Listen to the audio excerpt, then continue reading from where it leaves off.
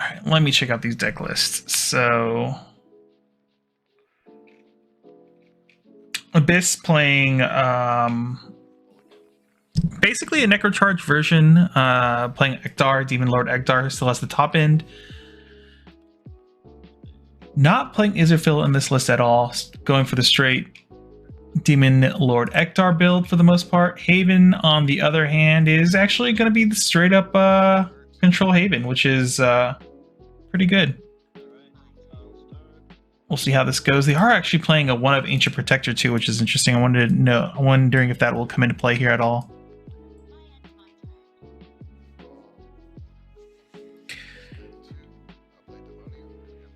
Pretty standard openings from both players here. Sacredly 1 on turn 2. Demon Punk. Demon Punk is such a strong card, especially if you know how to defensively use the Bane effect on it. It's such a good card.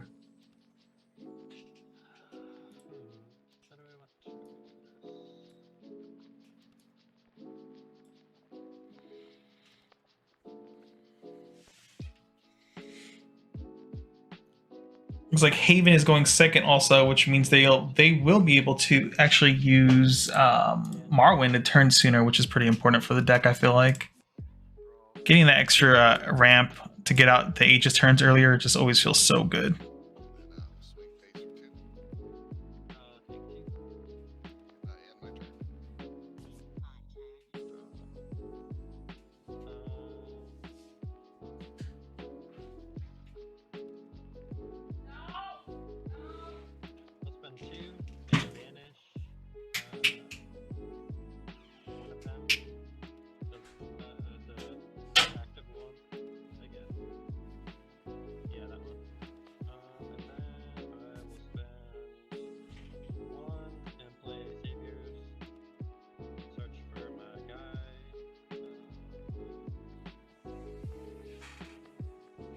Looks like we're searching out here Marwyn pretty early on.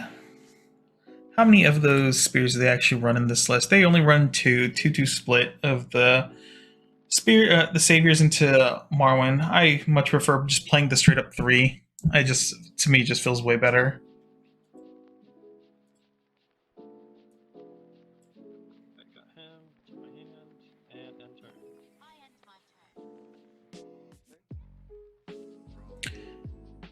Abyss going into turn 4. This is kind of, well, actually, this is a different list than normal, so we'll see what they end up deciding to play here.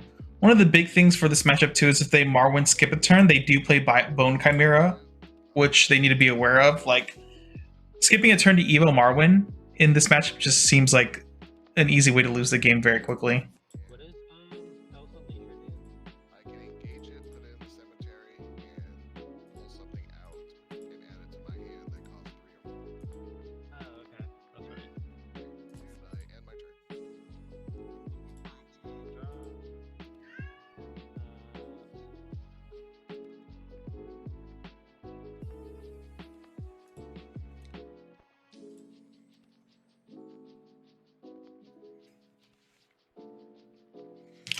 Haven going to 4 play points. Is there even anything for them to really be doing here? They kind of do have to eventually answer this board that's slowly poking them away. Jean here doesn't really help. You just probably remove something and just call it a day. If you can, obviously banish certain key cards that you just do not want to see again. Banishing the Punk Devils are pretty important, so they can't come out. Oh, banishing the card that brings back another card. Not bad too if you plan for long games. Them being able to cycle Ektar is pretty annoying, so being able to remove that from the game is probably pretty good for the deck for Haven dealing with it.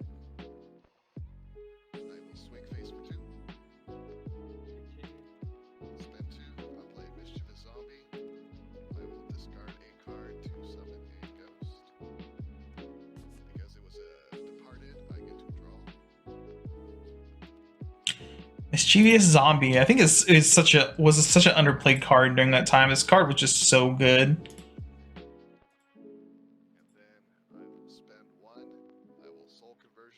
Wow, getting maximum value off of that ghost too. That's so good. You don't see it too often. Let me see how many. Actually, how many? They're only playing 2 soul conversions also. This is such a powerful turn for Abyss here.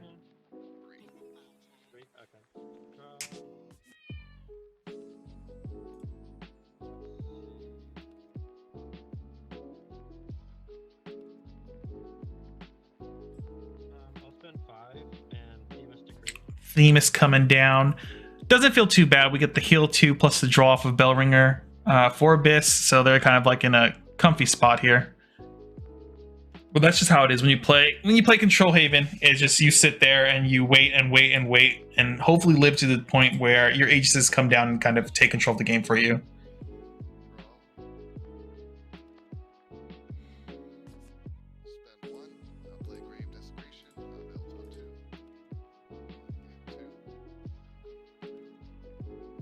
Ooh, losing a Death's Breath there. Death's Breath is such a powerful card for Biz. Every time I see one get milled away, I get so sad. Fine Mushin coming out, healing 2 here and milling a couple more cards, setting up that fat graveyard here. They do play a one of Odile Black Swan, I believe that's how you say her name, which is a pretty powerful card for finishing the game, especially once Azazel hits the board in Evos. The only issue here is like if Aegis comes out, it's going to be really hard for them to get through Aegis itself since it can't be removed by effects or abilities.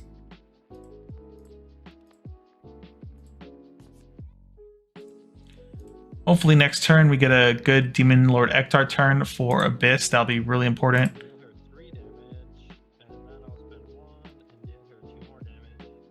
Ooh, we're spending 2 cards here to get rid of what is it, 4/4? That feels pretty rough.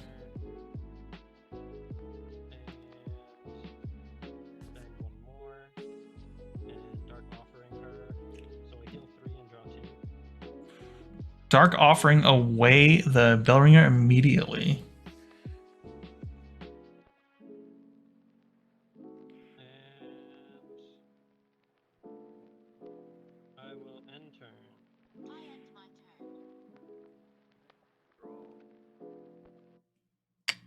It seemed like such an inefficient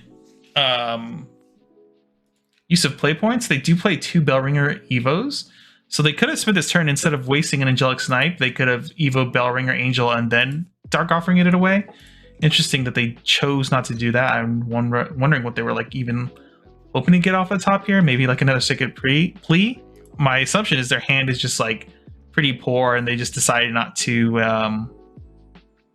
their hands is pretty poor and they just decided not to set up any threats on the board because there's nothing for them to answer. They're just kind of dirtling until they get to the Aegis or Marwyn turn to hopefully win the game that way. It'll be really interesting to see too if they decide to engage the Marwyn or not when they do Evo it.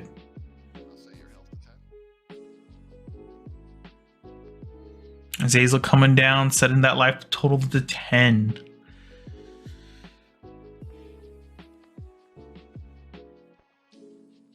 This might be it for our champion here, our Haven champion.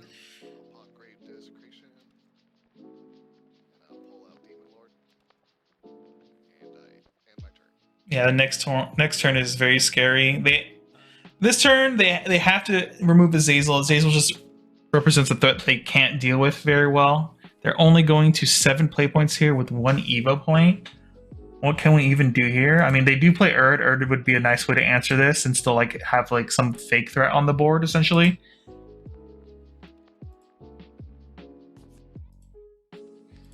Also, playing Ancient Protector without playing Kaguya always feels pretty rough because like this is the type of card where I just feel like you need to be able to play it for free along with something else.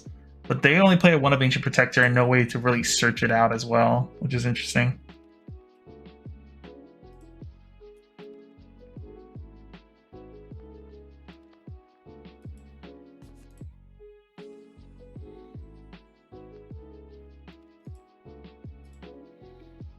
What answers? I mean, we drew three cards last turn, right? So hopefully we have some answers for this here. A Themis here would feel probably pretty bad. Because we know the following turn here, there's an Ektar coming up, so you would prefer to Themis an Ektar turn? I'll spend 7 and an Evo point to play him and evolve. All right, going to 13 health. You heal 3, draw a card, gain accelerate here. And draw 1 card. So we're tapping out here. You have to engage it here. You just know you're dead if you don't, right? I will ward and end turn.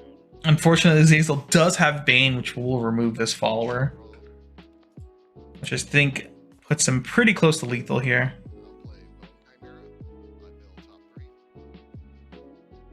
Ooh, Bone Chimera coming in to clear this stuff out too. Not good.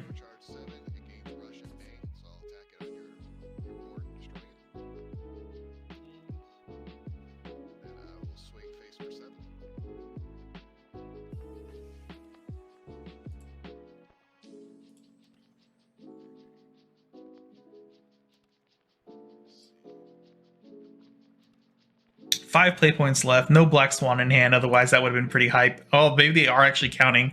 Do they have enough to give it Storm this turn? If they do, it's kind of game. Dude, these Necro Charge decks love to spend like slow times like this. They get this so much time to like charge their graveyard, and then they can get to start abusing all the really good Necro Charge cards.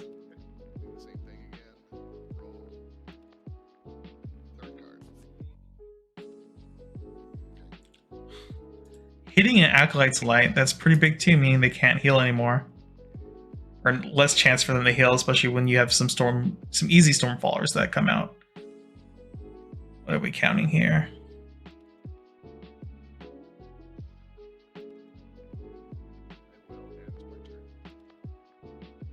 Floating 3, what kind of responses do we have? I don't think we have much going on. For Abyss here, they just kind of have Angelic Snipe and Soul Conversion as their only real quicks, I believe. Yeah, I'm looking at this, that's all I'm really seeing.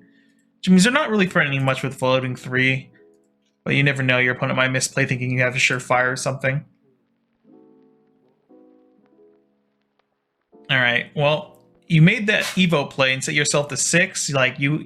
This is the turn where you better have Aegis Evo and then give it Ward so you can start setting up game, because if you don't, you're probably going to have a really sad time. Like, maybe you play Ancient Protector here as well, just because you need to buy that 1 extra turn, hopefully. Otherwise, you're not in a great position here. I'll spend 1, play Saviors, and search. We're searching for another Marwyn to Evo, which probably not good. It's probably not leading us anywhere very good. Their hand must be very poor quality right now if this is the line they're going for, meaning that losing that Acolyte's Light to answer Azazel was pretty bad for them.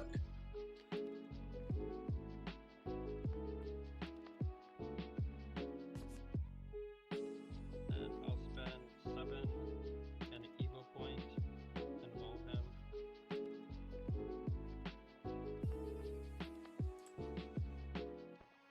Heal 3, move up, and draw 1.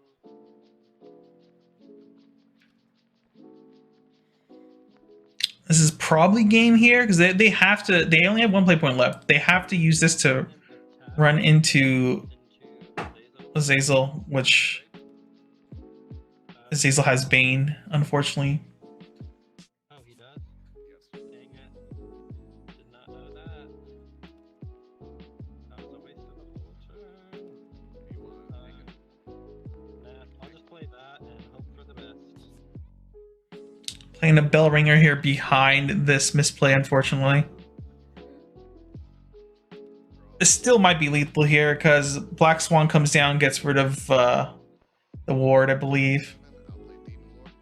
Oh, no, we just have Ektar coming out here. We're going to get some Ancient Mummies on the board. Or Lesser Mummies, that is.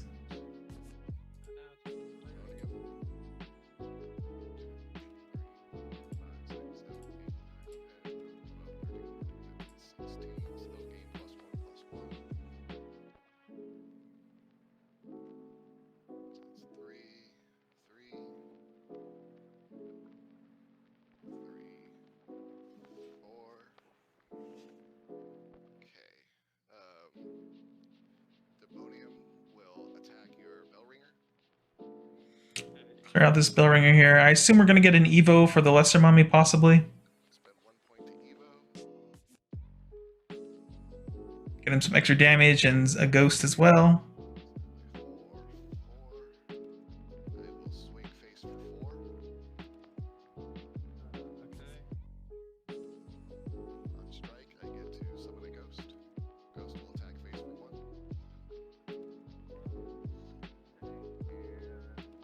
Let's see. Do we have the soul conversion also? We do not. It's all right. So this is a pretty annoying board. They're gonna have to Themis. It's like kind of the only answer other than if they finally drew into Aegis plus Sun Guardian. That could possibly protect them here because they won't really. It'll take no damage. They don't have really any good removals. Do they have good burn though? Is the issue. Like, what do we have here? It's like Black Swan can deal 2 damage. Okay, cool. So yeah, Black Swan is their only win condition if they play Aegis. That's all they can. I feel like they could really do here to like hopefully set up lethal and hopefully get some healing here. They have to get out of the 4 health range if they do set up the Aegis, but we'll see what happens. Looks like they might be deciding on what to discard here for their Aegis.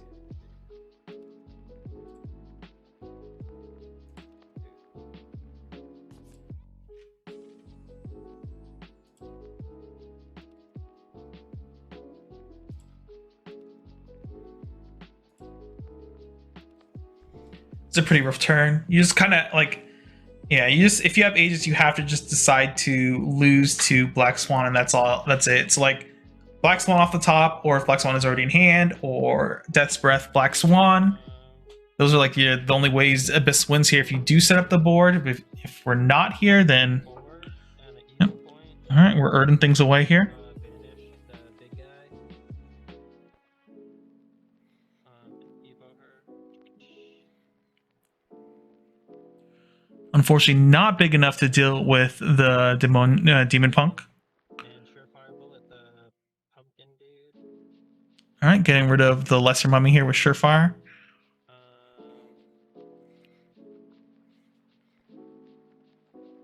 Need to be able to heal something here, possibly. Okay. Heal 4 to the Demonium and heal 1.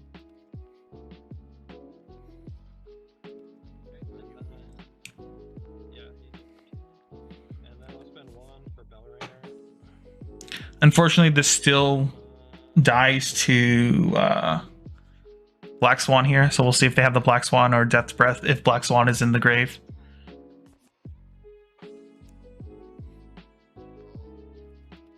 How many cards do you have now?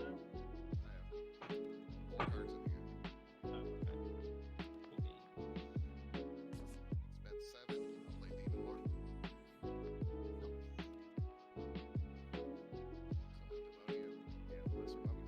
Oh, and that is game 2. This is away as well. 10, 11, 12, 13, 14, 15, 16. So they gain +1, +1. 3, 4, and